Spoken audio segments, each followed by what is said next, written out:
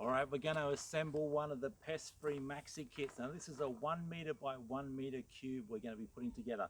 It'll come in a nice long box like this, and inside you're going to have the net. We'll just pull out those items. There we go. So that's all our net. And we've got our pipes that are going to be coming in there. You can just see those. But we've got all the fittings. So we're going to tip those out first.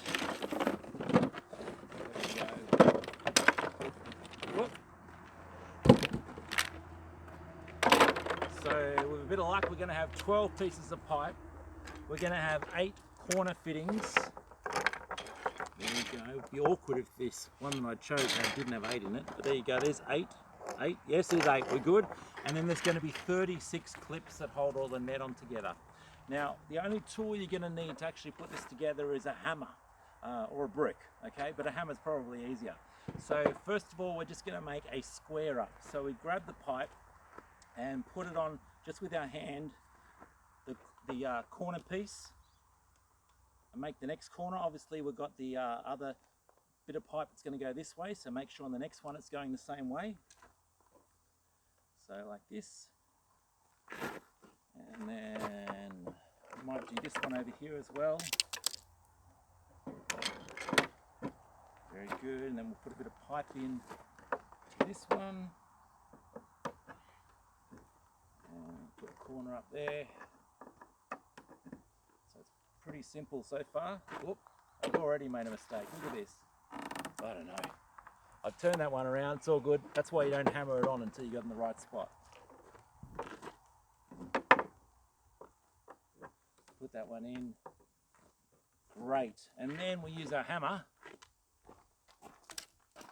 just to bang it down, and you'll feel when it's solid. You'll feel it's gone together. That one hasn't, because it's going the other direction, so we'll turn that over. And when these are hammered in, we're not using glue or anything, because they're really tight in there once they've been hammered in. Okay, they're actually quite difficult to get back out. You can get them back out with a hammer, but it's a bit of effort to do so. So now we've got the top of our frame here. I've already made up another one of these. I've got it on the ground here just to make it a bit faster for this demonstration. So we just need to get our 4 uprights now and put those in.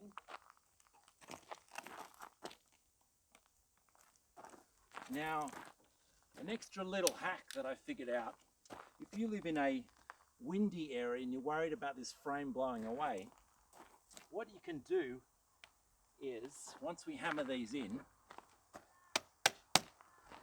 is they're watertight. So you can get the hose and pour water into these and fill all that up, and it will just add some extra weight to the frame. Overall, the weight by itself without water, the frame by itself without water weighs 4 kilograms, but you can actually increase that by just putting water into the pipes. Okay. Now, in my raised veggie beds, because they're timber sided beds, what I did is I got one of the clips and I screwed it on upside down onto the timber, and I just used that to hold it in place. And I've just got a clip on either side, and I found that even on the windy days it doesn't move.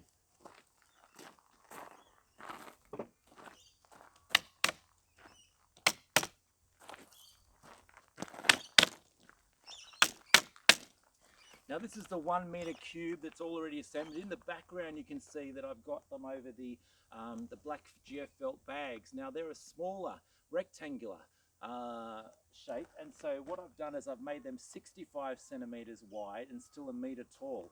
Now the easiest way to cut this pipe is either using a saw, ordinary saw, or this one's actually even easier. This is a pipe cutter here. I'll just demonstrate how this works. This doesn't require really any skills. It's like a ratchet system. So it requires basically no effort, and you can cut all the way through the pipe really easily. So we're going to have these for sale on our website as well if you're going to need to cut your pipe, because some people have different width beds. You might only have a 90 centimeter wide bed and you want to cut it down a bit. Now, the other question that people are going to ask, why do we make them 1 meter by 1 meter and why not larger? The idea is so that you can actually lift the whole frame off the bed rather than unclipping the fabric, which ends up damaging the fabric as well. So it's very easy just to lift the whole frame up. If it was any bigger, you wouldn't be able to do that. So now we're going to put the net on there. So your net's going to come in a roll. Now, depending on which batch you get, you're going to either have 2 pieces of net or 3 pieces of net, but it all works basically the same way. So if you have 3 pieces of net, you're going to have one strip that goes up over the top and down the side, and then a small piece on either end. But if you have this set here, which I'm holding, you've got a long piece that's going to go all the way around, and then a simple piece on the top. Now, why aren't they the same? Well, because I didn't think enough. The first batch I ordered, I did it in 3 because I was thinking we were going to be taking the clips off each time you wanted to harvest, but then I discovered it was so much easier just to lift the frame off. And so for the other batch that I've been doing, I've been making one strip that goes all the way around and then one piece on the top.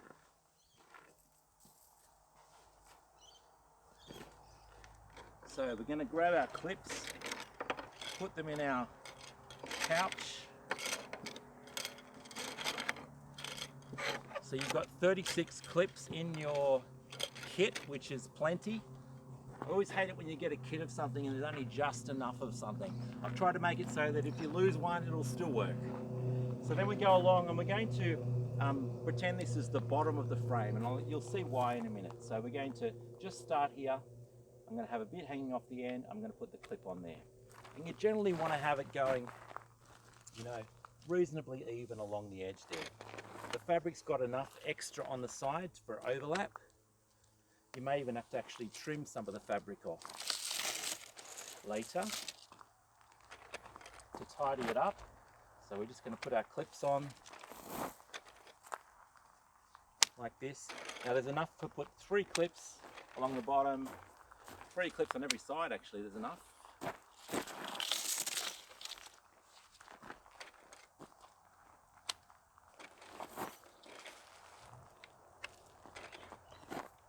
Looking simple so far, you reckon you could do it?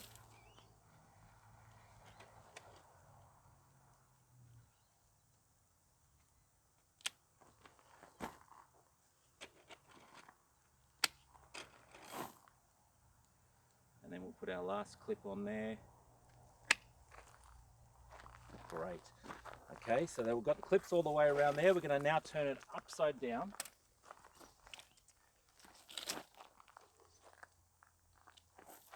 And what I would normally do now is I'm going to clip it there and then just trim off this excess to about this level here. I haven't got my pair of scissors out there with me, sorry, but that's what I would normally do, is come along to make it a bit neater, or you can trim it when you've finished as well. So then we're going to add our top piece on. So it's just to keep this in place while we're doing this. I'm just going to put a clip on there.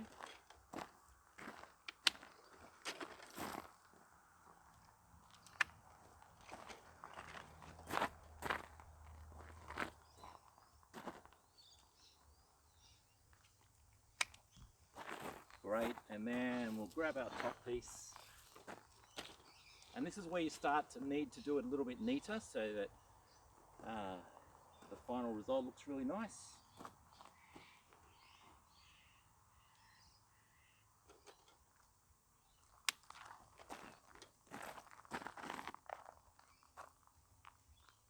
And what I found was a good idea, just fold the corner up.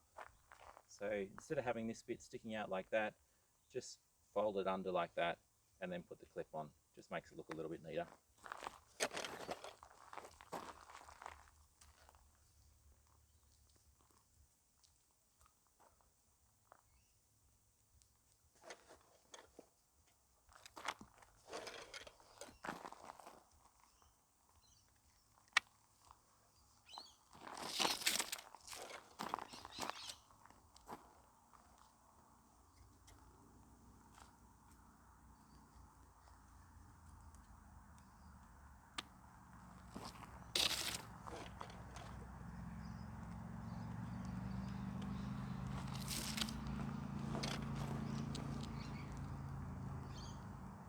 There we go. I haven't quite left enough on this side. I'm just pulling it a bit there.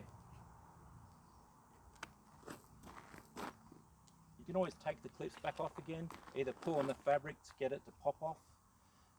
If you're really stuck and you haven't got enough hand strength to take them off, there's a little lip in the end here that you can put a screwdriver in carefully just to flip it off. the end to get it off the net.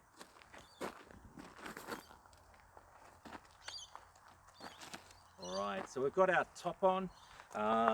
This clip that's underneath, that's on the bottom one, I'm taking it off because I'm now going to put it back on the top. So we've got one on each side. So we'll just do that for the camera. So I'm taking that off just by having my hands on either side of the clip. And then clipping it on again.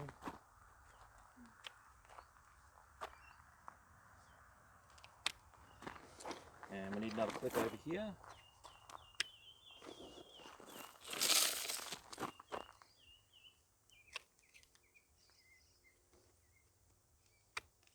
Okay, so we've got all those ones done. We've now got to seal up our join here. So you just tuck one in underneath the other. And we'll put that middle one on there. Grab a few more clips.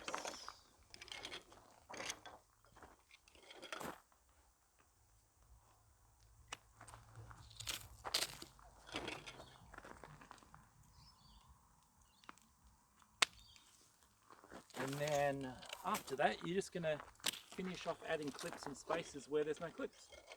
And what that will do is it will tighten the net up as you go.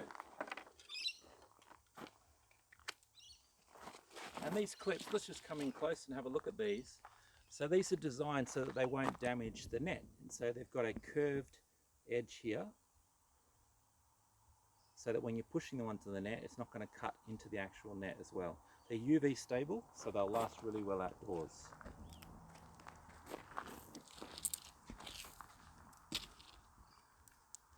And eventually, in the future, the actual insect net will wear out, but that's okay because you can replace that. We're going to carry replacements, but you'll still be able to keep using the frame over and over again. But it will last for years. But I'm just saying that you will be able to get replacements if you need to. One clip drop. One behind you, Brian, as well. Went a long way. That's okay, I can't see how that went. But basically that's how you put it together. Then you would just go along and trim off any of the excess net just to tidy it up. And you can tweak them a little bit. I've done it fairly quickly for the demonstration, but you can make it nice and neat. And then you've got a fantastic cover and you can just lift it like this off your veggies. So this is our first batch of these. So we're still ironing things out, like I said, with the net and whether it's a pack of 2 or a pack of 3, but it still functions the same way. I've only got 1,000 of these units and I know people are going to probably order more than one. So if you do the math, if people are ordering 2 or 3, it's only going to go out to the first 250, 300 customers are going to be able to grab this. So get onto it quick. I want to offer it to our customers before we advertise this elsewhere. I think this is going to be huge because it solves the problem of pests eating your vegetable crops. It means you can grow organically, no sprays or anything. One thing that people are asking is, how are you going to do with crops that need the bees to get them? Now we can't solve that, so during the day what you would do is take this off to give bees access to it, particularly if you've got problems with possums and things at night time, and then put the cover back on at night time. For most vegetables though, they don't actually need bees, so the only ones that really need bees are the ones that have fruit on them. So like zucchinis, what else is there? Tomatoes you can self-pollinate just by shaking the vine a bit, the plant. But I'm just got a mind blank at the moment. But your fruiting vegetables, you know what I mean, that you'd be growing in here. So eggplant and things. So they're the ones that would need the bees to pollinate when they're in flower, but everything else doesn't really actually need the bees. And so having this cover over there can stop the snails and the slugs and the aphids and the white cabbage moth and all those things without having to use any sprays.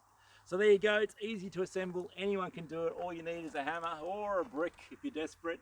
And this is our new pest-free maxi, and in the future we're going to be bringing out a pest-free mini that goes over the GeoFelt black bags. You can of course use one of these and cut it down by using one of the tools like I said. a little tip for you if you are cutting it down and you're trying to work out the measurements is that the fitting on the end uses up 2.5 centimeters of the pipe, so 25 mils of the pipe. So for example, if I want this to be 1 meter long, like it is, then I have to make the pipe 95 centimeters long. So if you're working out your measurements, you need to subtract 25 mils off each end in order to work out what to cut the pipe to. All right, thanks for watching, and I hope you guys will give it a go.